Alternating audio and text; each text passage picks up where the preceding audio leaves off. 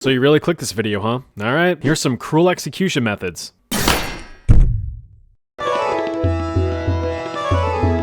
Ever have like a hot burrito or something, and you take a bite and you're like, ow, this is hot. Well, imagine that, but many magnitudes worse. And even that wouldn't even begin to describe the agony of having molten metal poured down your throat. Created out of ironic symbolism, this method of execution was reserved for those who truly needed to swallow their pride. Take, for example, the wealthy Roman commander Manius Achilles. His papa, also named Manius, was a ruthless and greedy governor that forced harsh taxes on the general public. Well, like father, like son, said the people, fully expecting Manius Jr. to become a greedy butthole himself. That's one heck of an assumption to make, but condemning people to death for fun was kind of the thing to do in ancient Rome. After suffering defeat at the hands of Anatolian ruler Mithridates the Great during the First Mithridatic War in the year 89 BC, Manius was captured and eventually executed. When picking a suitable method to send Manius into the Great Bed Bath & Beyond, he really decided to go for the gold. Yeah, he just dumped melted metal down Manius' food hole as a testament to his greed and thirst for power. So what the heck does ingesting molten metal do to the human body? Not good things. Not good things at all. Molten gold sits at around 1000 degrees Celsius, so the instant that the metal contacts the flesh, it will instantly vaporize any inherent moisture into steam. In doing so, the metal will cool and harden, essentially creating a big metal plug in your throat, causing suffocation. Now here's a science lesson for you today. Science lesson! When liquids evaporate to a gas, they expand very quickly. Rapid expansion in a closed system like, say, your body, creates severe pressure. Considering that your internal organs are not built for said extreme pressures, you can probably see where this causes a problem. But don't worry, it sorts itself out rather quickly because your organs rupture. The good news is that you'd probably pass out and die before you even get to the point of having your internals turn into a 4th of July display. Immurement is just a fancy word for live entombment, which is pretty self-explanatory. It's one of those punishments that introverts would be like, oh hell yeah dude, until they realize that they can't go downstairs to get more Doritos, and that they're just probably gonna die in there.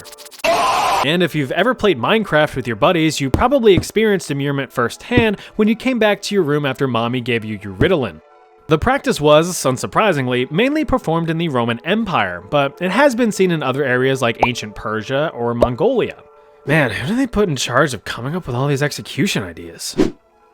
I love my job. This signature send-off method was usually reserved for virgin priestesses who were found guilty of breaking their chastity vows by getting on their knees and praying on some dong. However, there is historical evidence to suggest that it was used in other ways too, like mass entombment for prisoners of war, a punishment for thieves, or even just silly self-sacrificing fellers who voluntarily walled themselves in for religious purposes.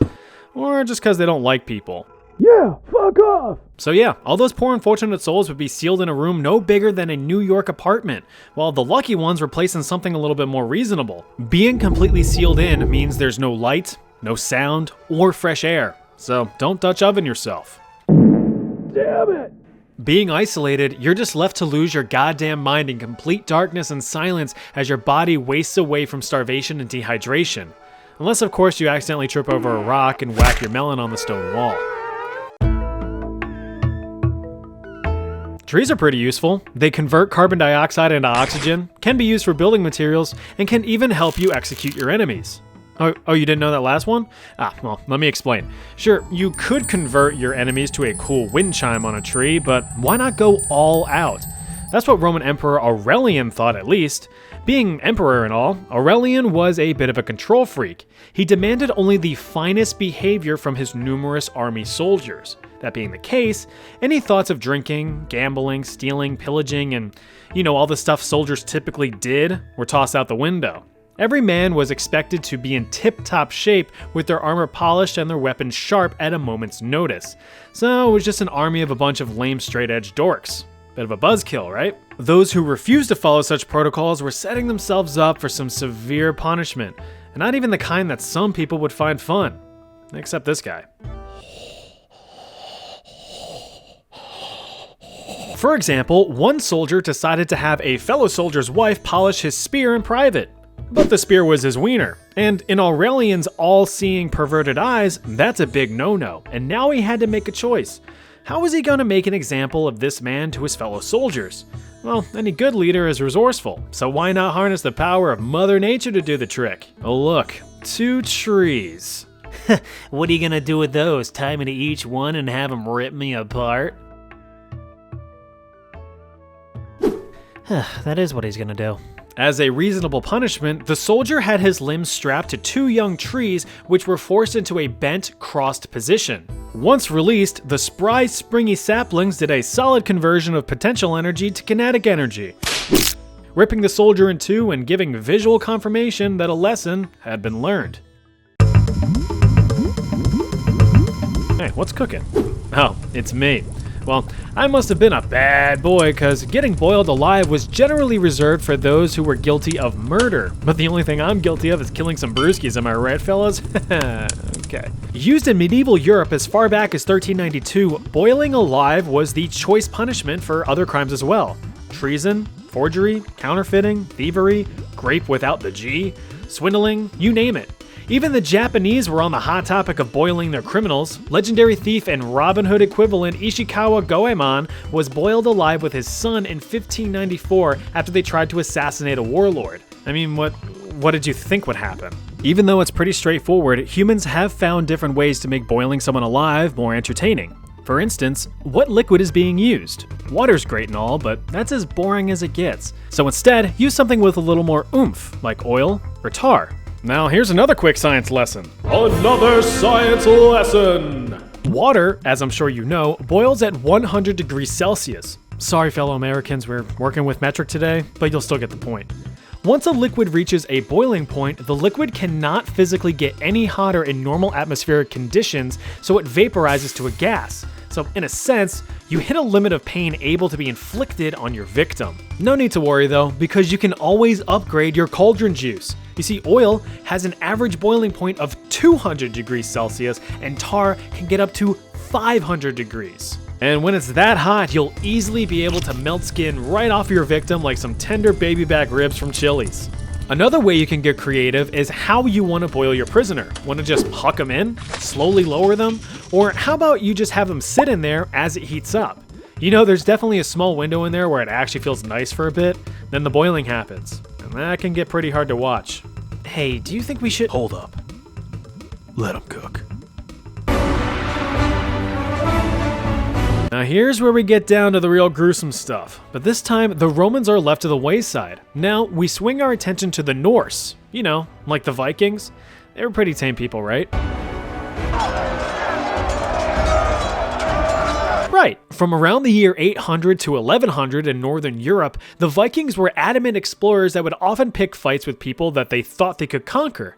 Which was pretty much everyone, even themselves. They raided and pillaged and plundered in the name of their many gods under the polytheistic Old Norse paganism. Although a relatively barbaric and fierce warrior people, the Vikings did have laws to abide by. Insults and petty crimes were punishable by humiliations like public tarring and feathering, but the heavier the crime, the heavier the punishment. Cheat on your spouse? Lose a limb. Stole from a neighbor? Now you're their slave. Caught in a lie? Well, time to carry around hot burning coals for a while. All is well and good, but no punishment was as severe as the Blood Eagle. Being an execution, of course the goal is death, but might as well make it as agonizing as possible to really send a message like, hey, don't do bad things. This could be you. Although it was rarely performed, the Blood Eagle went like this. The first thing you're going to want to do is have your victim laying flat on their tummy like so. Then give them a nice pat on the back to reassure them that everything is going to be absolutely terrible. Get a nice sharp knife and plunge it into the back and pull through the flesh, exposing the spine. Next, you're going to want to start breaking each one of these little ribs here. Give your chiropractics a try and just give them a nice, good crack. Oh, hear that? Yeah. That's what we're looking for. Now, just bloom those nice ribs out like a fresh flower. As a finishing touch, grab both lungs, don't worry, he won't be needing them, and rip them out so they loosely resemble wings. And there you have it, one Blood Eagle. Please subscribe. Oh boy, Scaphism, also called the boats. This was by no means a pleasure cruise.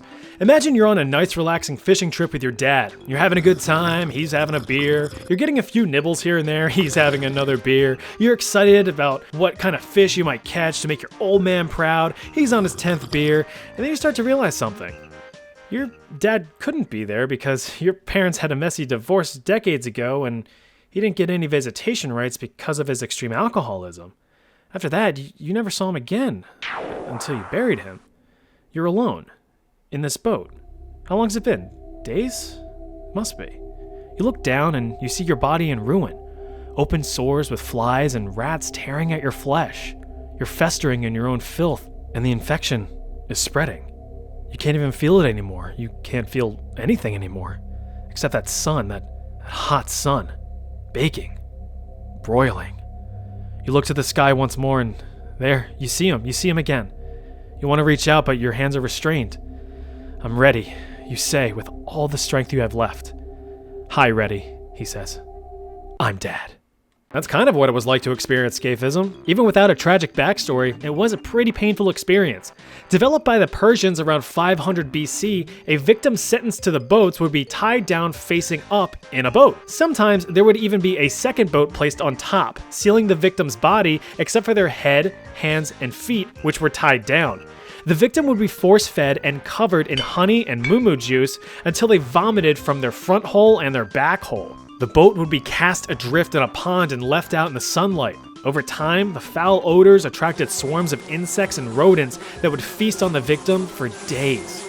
The victim eventually passes away from infection, blood loss, dehydration, or starvation.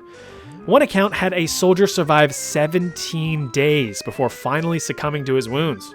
Brutal. Okie doke, that wraps up another video. If you're into more stuff like this, you can check out brutal torture methods here, or any of my other content really.